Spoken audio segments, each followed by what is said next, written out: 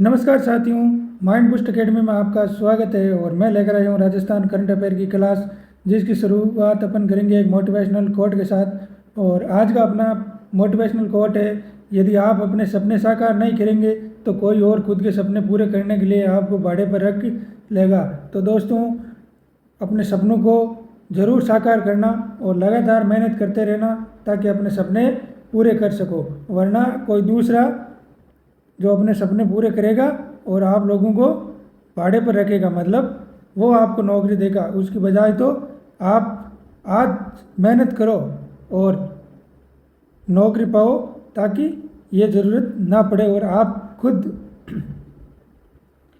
अपनी नौकरी को हासिल कर सको और किसी को नौकरी दे सको। तो आज की क्लास की अपन शुरुआत करते हैं यस्टरडे रिवीजन के साथ में। और जो कल पढ़ाया था दोस्तों, उसका आज अपन रिवीजन करेंगे कल के क्वेश्चनों का। तो कल का जो रिवीजन में पहला क्वेश्चन है वो है, राजस्थान औद्योगिक पार्क प्रोत्साहन नीति 2026 के तहत निजी क्षेत्र में पार्क विकसित करने के लिए न्यूनतम कितनी भूमि अनिवार्य है? तो 50 एकड़ इसकी है जो वो भूमि अनिवार्य है। दूसरी बात करूँ मैं प्रश्न की, तो दूसरा प्रश्न है, हाल ही में राजीविका और सेंटर फॉर माइक्रो फाइनेंस के बीच में जो समझौता हुआ वो कितने वर्षों तक प्रभावी रहेगा? तो 3 वर्षों तक प्रभावी रहेगा। अब अगली बात करूँ तीसरे क्वेश्चन की, तो तीसरे क्वेश्चन में माननीय कौशिक जिन्हें हाल ही में पुलिस उप अधीक्षक पद पर नियुक्त किया गया किस खेल से संबंधित है? तो वो है निशानेबाजी से संबंधित। चौथे क्वेश्चन की बात करूँ तो वर्ष 2026 में जयपुर में आयोजित गणगौर उत्सव के तहत गणगौर की 25 शाही सवारी मुख्य रूप से किन तिथियों को आयोजित की गई थी? तो वो तिथियाँ थी दोस्तों 21 और 22 मार्च 2026। अगला क्वेश्चन है, हाल ही में विश्व के सबसे ऊंचे ज्वालामुखी पर्वत ओजोस डेल सलाडो पर चढ़ाई करने वाले राजस्थान के पहले पर्वतारोही कौन बने? तो वो बने थे दोस्तों वीरेंद्र सिंह सिसोदिया। कौन बने थे? वीरेंद्र सिंह सिसोदिया। अब आज की क्लास के करंट अफेयर्स के क्वेश्चन स्टार्ट होते हैं। और पहला क्वेश्चन है अपना, वो है, राजस्थान के किस शहर में 131 फीट ऊंची श्री जी के हनुमान जी प्रतिमा का लोकार्पण किया गया? तो पहला ऑप्शन है खमनौर, दूसरा नाथद्वारा, तीसरा उदयपुर और चौथा चित्तौड़गढ़। तो इसका उत्तर हो जाएगा दोस्तों बी, नाथद्वारा के अंदर। क्या है इसकी पूरी चर्चा करते हैं।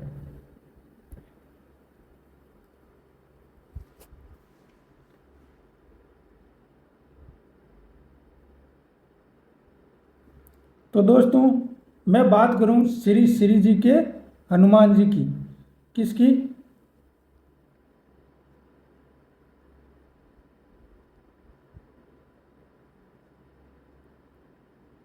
श्री जी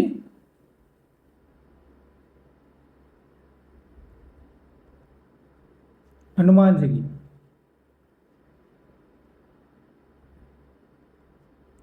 इनकी दोस्त बनाई गई प्रतिमा, क्या बनाई गई? एक प्रतिमा। अब बात करें तो ये प्रतिमा कहाँ पर बनाई गई? तो ये प्रतिमा बनाई गई दोस्तों नाथद्वारा। वो नाथद्वारा कहाँ पड़ता है? राजसमंद में। अब इस प्रतिमा की बात करें तो इस प्रतिमा की जो ऊंचाई है वो है 131 फीट। कितनी है? 131 फीट। अब ये कौन से पर्वत पर बनी हुई है? तो उस पर्वत का नाम है गिरिराज पर्वत। गिरिराज पर्वत पर यह मूर्ति बनाई गई है। गिरिराज पर्वत की जो ऊंचाई है वो 500 मीटर है दोस्तों। कितनी? 500 मीटर। अब इस प्रतिमा की जो विशेषता है उसकी मैं बात करूं तो इस प्रतिमा की विशेषता की, तो इसकी विशेषता है ये 30 किलोमीटर दूर तक दिखाई देगी।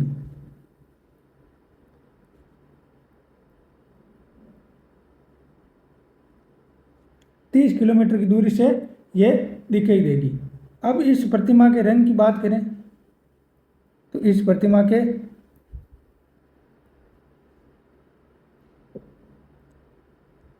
तो गोल्डन कलर इस प्रतिमा पर किया गया है। अब ये गोल्डन कलर क्यों इम्पोर्टेंट है? क्योंकि ये कलर है जो थाईलैंड से मंगवाया गया है स्पेशल। कहाँ से?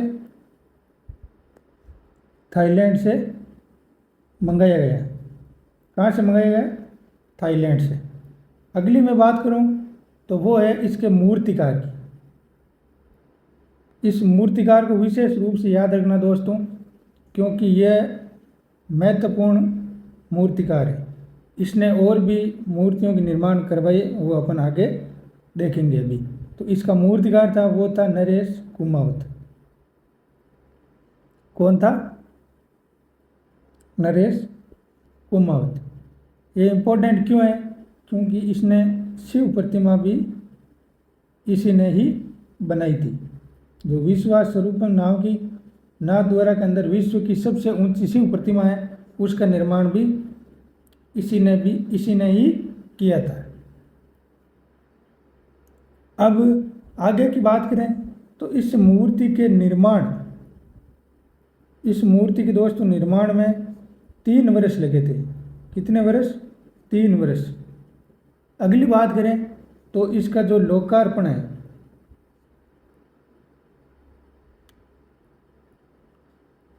ये लोकार्पण किया गया था दोस्तों रामनवमी को। और अगली बात करें तो ये प्रतिमा है, वो जो शिव प्रतिमा है नाथद्वारा,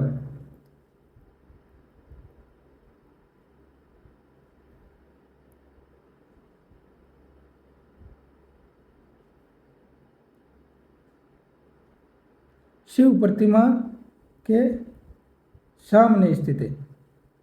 कहाँ पर स्थित है? शिव प्रतिमा के सामने। अब एक और क्वेश्चन निकल के आता है दोस्तों, वो है कि शिव प्रतिमा नाम आ गया तो इसके बारे में भी कुछ जानकारी हमें लेनी चाहिए। तो वो जानकारी क्या है? तो वो प्रमुख जानकारी है दोस्तों, शिव प्रतिमा नाथद्वारा में भी स्थित है और ये विश्व की सबसे ऊंची शिव प्रतिमा है। इसकी ऊंचाई की मैं बात करूं तो इसकी ऊंचाई है 369 मीटर। आगे की मैं बात करूं तो इस शिव प्रतिमा के जो मूर्तिकार है उनका नाम क्या है? तो उनका नाम है नरेश कुमावत। शिव प्रतिमा, इसका नाम क्या है? तो इसकी नाम की मैं बात करूं तो इसका नाम है विश्वास स्वरूपम। क्या नाम है? विश्वास स्वरूपम। इसे कहते हैं स्टैच्यू ऑफ बिलीफ। क्या कहते हैं? स्टैच्यू ऑफ बिलीफ कहा जाता है इसको दोस्तों। क्या कहते हैं? Statue of belief. इसकी मैं ऊंचाई की बात करूं तो इसकी ऊंचाई है 369 फीट।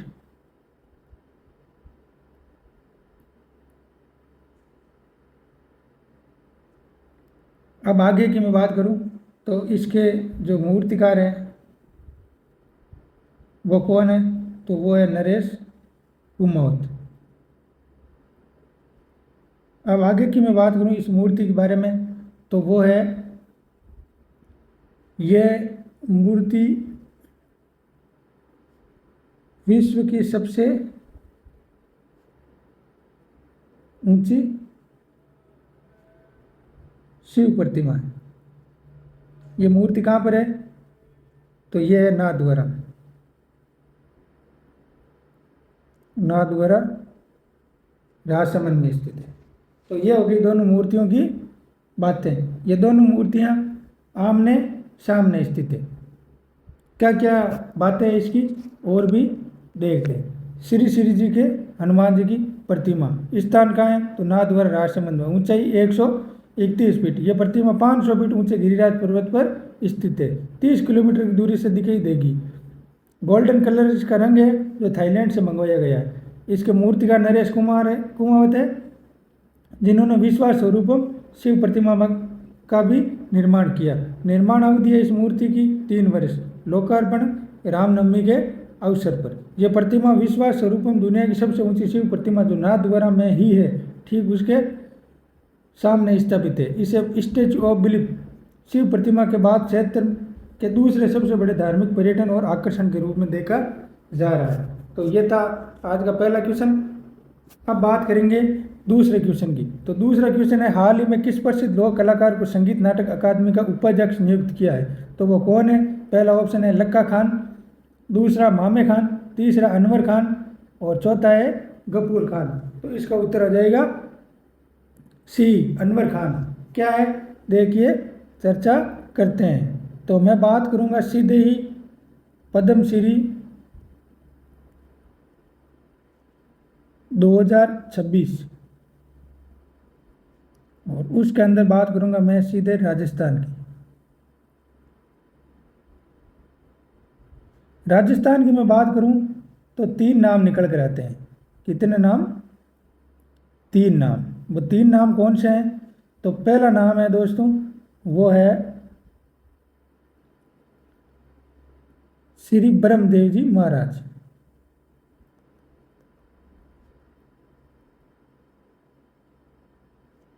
इनको पद्मश्री दिया गया समाज सेवा के क्षेत्र में। दूसरी में बात करूं तो वो है तग्गाराम भील, तग्गाराम जी भील। इनको पद्मश्री दिया गया, वो दिया गया कला के क्षेत्र में। और तीसरा नाम निकल के आता है वो नाम है अनवर खां मांगणियार।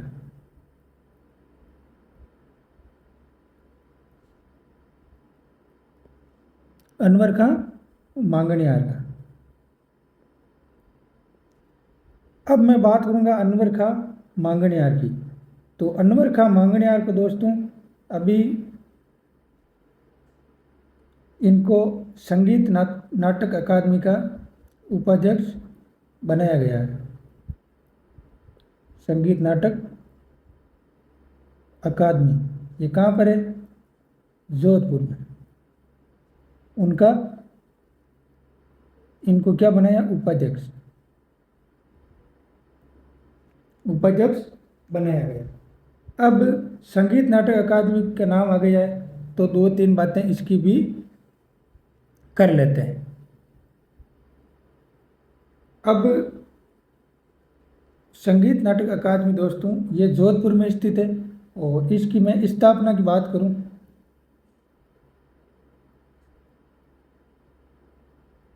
तो इसकी स्थापना हुई थी 1957 में। 57 में। इसकी अगली मैं बात करूं तो वो निकल कर आती है प्रथम अध्यक्ष की। प्रथम अध्यक्ष, तो प्रथम अध्यक्ष थे इसके गोवर्धन लाल काबरा। कौन थे?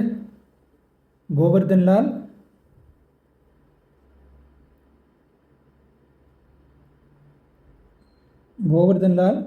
काबरा। वर्तमान अध्यक्ष की बात करूं तो वर्तमान अध्यक्ष इसके बिना का जयेश मालू। कौन है? बिना का जयेश मालू। अब इसका जो संगीत नाटक अकादमी का जो लोक कला संग्रहालय है वो कहाँ पर स्थित है? तो जय नारायण व्यास विश्वविद्यालय में स्थित है। और अगली बात करें तो इसकी जो पत्रिका है, ये इम्पोर्टेंट है दोस्तों, इसकी जो पत्रिका है वो है रंग योग। कौन सी है? रंग योग। रंग योग नामक पत्रिका निकाली जाती है। अब इसके जो अभी हाल ही में उपाध्यक्ष बने हैं वो कौन है? अनवर खां। अनवर खां मांगणियार को इसके उपाध्यक्ष बनाया है। ये अनवर खां मांगणियार कहाँ के हैं? तो इनकी मैं बात करूं तो ये है बाड़मेर के, अपने बाड़मेर के। और संगीत नाटक अकादमी के ये उपाध्यक्ष नियुक्त होने वाले प्रथम लोक कलाकार हैं। कौन है? प्रथम लोक कलाकार जिनको संगीत नाटक अकादमी का उपाध्यक्ष नियुक्त किया, ये क्या है? प्रथम लोक कलाकार। क्या क्या बातें और भी इसकी देखते हैं। तो पद्मश्री अनवर खां मांगणिया, वर्तमान पद, तो ये संगीत नाटक अकादमी के उपाध्यक्ष नियुक्त हुए हैं। ऐतिहासिक उपलब्धि की बात करें इनकी, तो संगीत नाटक अकादमी के इस पद पर नियुक्त होने वाले प्रथम लोक कलाकार हैं।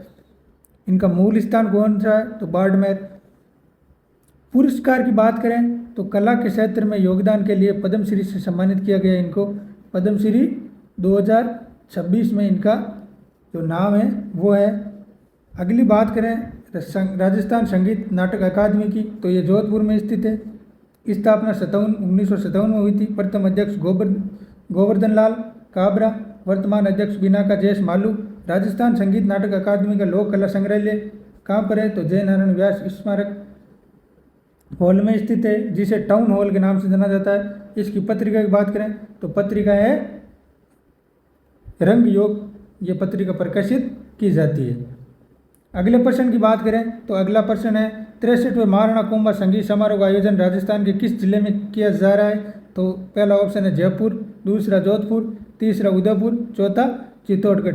तो जो महाराणा कुंभा संगीत समारोह का आयोजन है वो दोस्तों उदयपुर जिले में किया जा रहा है। कहाँ पर किया जा रहा है? उदयपुर जिले में। क्या है देखते हैं। तो मैं बात करूं 63वां महाराणा कुंभा संगीत समारोह की, किसकी? 63वें महाराणा कुंभा संगीत समारोह की।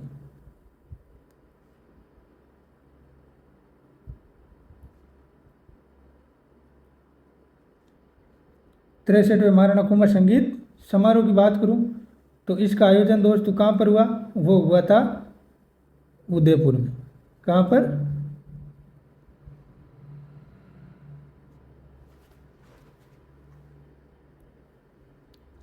आयोजन की मैं बात करूं तो वो हुआ था उदयपुर में। उदयपुर में कहाँ पर? तो उदयपुर में रेलवे ट्रेनिंग स्कूल ऑडिटोरियम में। कहाँ पर? रेलवे ट्रेनिंग स्कूल ऑडिटोरियम में। ऑडिटोरियम में इसका आयोजन हुआ। आयोजन कब हुआ? तो ये आयोजन 27 से 29 मार्च तक चलेगा, 3 दिवसीय ये आयोजन, 3 दिवसीय आयोजन है। अब इसकी अगली बात करें तो इसके अध्यक्ष है, अध्यक्ष कौन है? तो डॉक्टर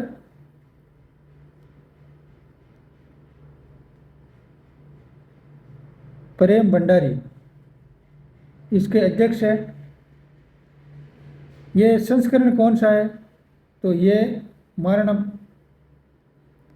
संस्करण की बात करूं तो ये 63वां वार्षिक समारोह है। कौन सा? 63वां वार्षिक समारोह। अब इसके अंदर दोस्तों कलाकार आएंगे जो संगीत से संबंधित है और अपनी प्रस्तुति देंगे। तो कौन कौन से कलाकार आएंगे वो अपन देखते हैं आगे। इसका इंग्लिश वर्जन है वो है in which district of Rajasthan is the 63rd Maharana Kumbha music festival being organised. तो इसका उत्तर हो जाएगा उदयपुर में। तो क्या क्या बातें इसकी और भी वो देखते हैं। 63वां महाराणा कुंभा संगीत समारोह आयोजन Udaipur railway training school auditorium में। 63वां वार्षिक समारोह ये 3 दिवसीय आयोजन है, 27 से 29 मार्च तक चलेगा। आयोजक समिति के अध्यक्ष डॉक्टर प्रेम भंडारी। अब ये जो कलाकार है वो विभिन्न कलाकार और उनका संबंधित क्षेत्र। तो शास्त्रीय गायन है वो डॉक्टर चेतना पाठक, बांसुरी वादक पारसनाथ, जसरंग शैली जो जुगलबंदी में है दोस्तों वो उसकी जुगलबंदी करेंगे डॉक्टर अविनाश कुमार और डॉक्टर रिदाना रईशे। अगली सितार वादक की बात करूं तो शिवराम कृष्ण राव और वायलिन वादन की बात करें तो कल्पना किशोर और ओडिसी नृत्य वो है वाणी माधव। कथक नृत्य की बात करें तो विश्वदीप ग्रुप। ये समारोह भारतीय शास्त्रीय संगीत और संस्कृति को बढ़ावा देने के लिए महत्वपूर्ण मंच है। तो ये हो गई 63वें महाराणा कुंभा संगीत समारोह की बातें। अगला अपना क्वेश्चन है, पैरा एथलीट प्रियंका बिश्नोई ने किस खेल स्पर्धा में राष्ट्रीय स्तर पर गोल्ड मेडल जीतकर नया नेशनल रिकॉर्ड बनाया? तो पहला ऑप्शन है जेवलिन थ्रो, दूसरा शॉट पुट, और तीसरा है डिस्कस थ्रो, और चौथा है ऊंची कूद। तो इसका उत्तर हो जाएगा डिस्कस थ्रो। तो इसने ये कहाँ पर बनाया है विश्व रिकॉर्ड, और इसका खेल कौन सा है, आइए चर्चा करते हैं। तो मैं बात करूंगा 24वीं जो नेशनल पैरा एथलेटिक चैंपियनशिप हुई थी उसकी। किसकी? 24वीं नेशनल पैरा एथलेटिक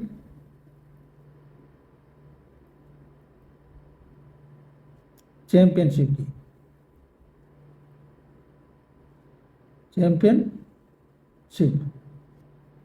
अब बात करें दोस्तों, तो ये चैंपियनशिप 24वीं थी, वो कहाँ पर आयोजित हुई? तो ये आयोजित हुई थी कलिंगा स्टेडियम ओडिशा में। कलिंगा स्टेडियम ओडिशा में हुई थी। आयोजन की तिथि बात करें तो इसके आयोजन की तिथि थी 17 से 21 मार्च। अगली मैं बात करूं तो वो निकल के आती है प्रियंका बिश्नोई की। पैरा एथलेटिक है खिलाड़ी, वो है प्रियंका बिश्नोई।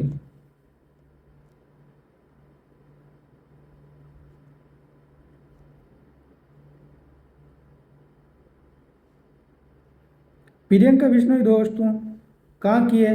तो प्रियंका बिश्नोई है फड़ौदी जो ज़िला है अपना, वहाँ की। कहाँ की?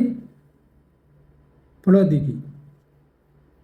अब बात करें अगली, तो इसने इस प्रतियोगिता में भाग लिया और इसका खेल था, वो खेल था डिस्कस थ्रो। डिस्कस थ्रो इसका खेल था। उपलब्धि की बात करें तो इसने गोल्ड जीता। इस 24वीं नेशनल पैरा एथलेटिक चैंपियन में डिस्कस थ्रो में गोल्ड जीता और 23.69 मीटर का इसने थ्रो लगा करके नया नेशनल रिकॉर्ड बनाया है। नया नेशनल रिकॉर्ड बनाया। हराया किसे? तो इसने हराया था हरियाणा की एशियाई गोल्ड मेडलिस्ट खिलाड़ी लक्ष्मी को। हरियाणा की एशियाई गोल्ड मेडलिस्ट लक्ष्मी को इसने हराया था। अब इसके कोच की बात करें तो इसके कोच कौन है? तो इसके कोच है यमुना शंकर आसोपा और महिपाल बिश्नोई। कौन है? तो एक है यमुना शंकर आसोपा और दूसरा है महिपाल बिश्नोई। अब 24वीं नेशनल पैरा एथलेटिक चैंपियनशिप और नेशनल रिकॉर्ड का नाम आया दोस्तों, तो इसके बारे में अपन 2-3 दिन पहले अपन ने कल परसों एक और 24वीं नेशनल पैरा एथलेटिक चैंपियनशिप का प्रश्न पढ़ा था। तो वो कौन सा था? तो वो उसमें खिलाड़ी था, उसका नाम था दोस्तों खुशबू गिल का। किसका? खुशबू गिल का। खुशबू गिल का नाम। तो खुशबू गिल कौन थी? तो ये भी पैरा एथलेटिक थी, पैरा एथलीट। अब मैं बात करूं इसके खेल की, तो इसका खेल था शॉट पुट। शॉट पुट इसने भी गोल्ड जीता। दूसरी बात, इसने भी अपना जो पुराना रिकॉर्ड था दोस्तों वो तोड़ करके एक नया राष्ट्रीय रिकॉर्ड बनाया। क्या बनाया? नया राष्ट्रीय रिकॉर्ड। इसने भी गोल्ड जीता। क्या जीता? खुशबू गिल ने, तो इसने भी गोल्ड जीता, याद रखना। और 24वीं नेशनल में प्रियंका बिश्नोई ने भी क्या जीता? तो इसने भी गोल्ड जीता था। ये रहा, गोल्ड जीता इसने, 23.69 मीटर का थ्रो लगा करके इसने भी गोल्ड जीता। तो क्या क्या बातें हैं और बाकी इसकी वो भी देखते हैं। तो 24वीं national para athletic champion Kalinga stadium Bhubaneswar Orissa में आयोजित हुई 17 से 21 मार्च तक। अब बात करते हैं खिलाड़ी की। इसमें प्रियंका बिश्नोई सोनलपुर गांव बाप पंचायत समिति जिला फड़ौदी है। प्रतियोगिता की बात करें तो 24वीं पैरा चैंपियनशिप भुवनेश्वर उड़ीसा में आयोजित खेल स्पर्धा डिस्कस थ्रो उपलब्धि गोल्ड मेडल जीता, 23.69 मीटर का नया रिकॉर्ड बनाया। किसे हराया? हरियाणा एशियाई गोल्ड मेडलिस्ट खिलाड़ी लक्ष्मी को पछाड़ा। कोच की बात करें तो यमुना शंकर आसोपा और महिपाल बिश्नोई। अब एक नाम हो रहा था खुशबू गिल का। खुशबू गिल का खेल है शॉर्ट पुट गोला फेंक, स्वर्ण पदक जीता इसने और नया रिकॉर्ड बनाया। थ्रो 11.58 मीटर का थ्रो कर अपना पुराना राष्ट्रीय रिकॉर्ड तोड़ दिया।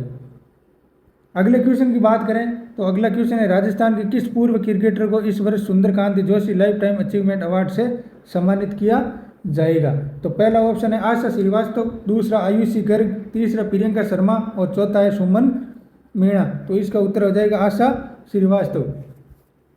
तो क्या मामला है पूरा, आइए देखते हैं। तो बात करते हैं सुंदरकांति जोशी अवार्ड 2025-26 की। किसकी? सुंदरकांति जोशी अवार्ड 2025-26 की। सुंदरकांति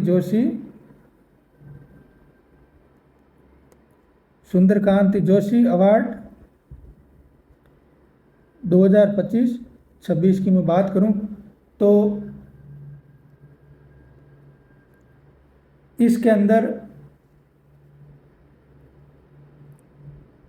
विजेता की बात करें तो विजेता है दोस्तों इसके अंदर सीनियर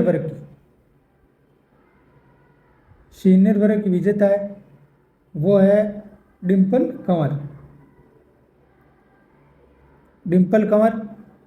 ये डिम्पल कंवर कहाँ की है? सीकर की। दूसरे में बात करूं तो विजेता के अंदर जूनियर वर्ग की तो नाम निकल कर आता तनिका शर्मा का। किसका? तनिका शर्मा की। किसकी? तनिका शर्मा की मैं बात करूं तो यह है दौसा जिले की। कहाँ की है? दौसा जिले की। अगली में बात करूं तो वो विजेता है सब जूनियर कैटेगरी, सब जूनियर विजेता। तो वो कौन है? तो उसका नाम है रोसेल यादव। कौन है? रोसेल यादव। ये कहाँ की है? तो ये है दोस्तों अजमेर जिले की। कहाँ की है? अजमेर जिले की। अब इसके अंदर सुंदरकांति जोशी जो अवार्ड है उसके अंदर लाइफ टाइम अचीवमेंट अवार्ड की बात करें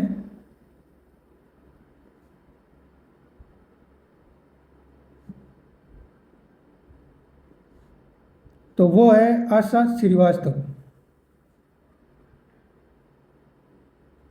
कौन है? आशा श्रीवास्तव। ये 70 के दशक की पूर्व नेशनल क्रिकेटर है। कौन सी? 70 दशक की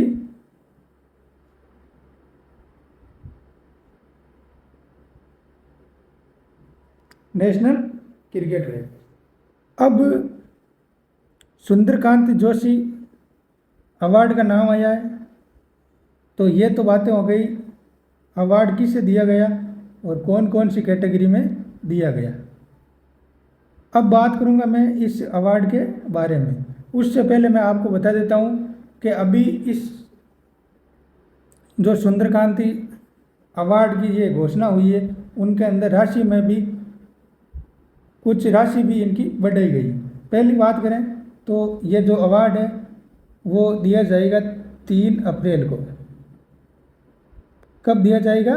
तो 3 अप्रैल को दिया जाएगा। राशि की मैं बात करूं इसमें, तो वो राशि कौन कौन से दोस्तों, तो सीनियर वर्ग की बात करें, जूनियर की और सब जूनियर की।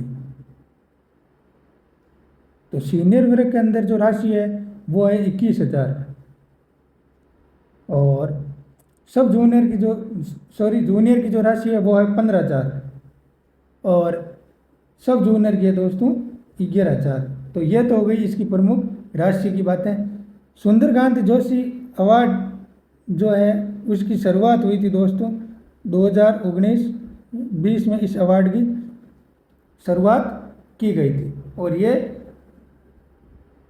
क्रिकेट के क्षेत्र में, खेल क्षेत्र में, क्रिकेट में दिया जाता है अवार्ड। तो ये इसका English version, which former Rajasthan cricketers will be honoured with the sender Kanti Joshi life time achievement award this year. तो इस साल का जो सुंदरलाल कांति जोशी अवार्ड है वो, उसमें लाइफ टाइम अचीवमेंट अवार्ड किसे सम्मानित किया जाएगा, तो वो उत्तर आ जाएगा आशा श्रीवास्तव को। क्या क्या बातें रह गई इसकी, तो सुंदरकांत जोशी अवार्ड 2025-26 विजेता सीनियर कैटेगरी डिम्पल कंवर, और ये सीकर की है दोस्तों। 430 रन, 6 विकेट और 16 कैच इसने किए थे। विजेता की बात करें जूनियर कैटेगरी में, तो तनिका शर्मा दौसा की 235 रन, 9 विकेट।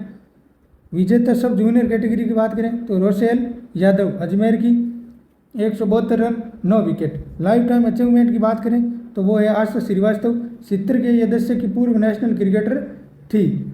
पुरस्कार समारोह की बात करें तो ये 3 अप्रैल को, और 3 अप्रैल को दोस्तों सुंदरकांति जोशी की वो जयंती है। क्या है, जयंती पर यह अवार्ड दिया जाता है। पुरस्कार राशि की बात करें तो सीनियर को 21,000, जूनियर को 15,000 और सब जूनियर को 11,000 रुपये की राशि दी जाती है। तो ये थी अपनी छोटी सी प्यारी सी आज की करंट अफेयर की क्लास। आप सभी का धन्यवाद। चैनल को दोस्तों सब्सक्राइब जरूर करना और लाइक भी करना, और आपको जो कुछ भी ऐसा लगता है कि हमें कोई सुझाव देना चाहिए तो आपका सुझाव भी आमंत्रित है। और आगे की क्लास के लिए जुड़े रहे माइंड बूस्ट एकेडमी के साथ में। और दोस्तों टेलीग्राम चैनल है उसका लिंक डिस्क्रिप्शन में दिया गया है, वो ज़रूर ज्वाइन कर लेना। वहाँ पर इस क्लास की PDF आपको उपलब्ध मिल जाएगी। तो धन्यवाद आपका।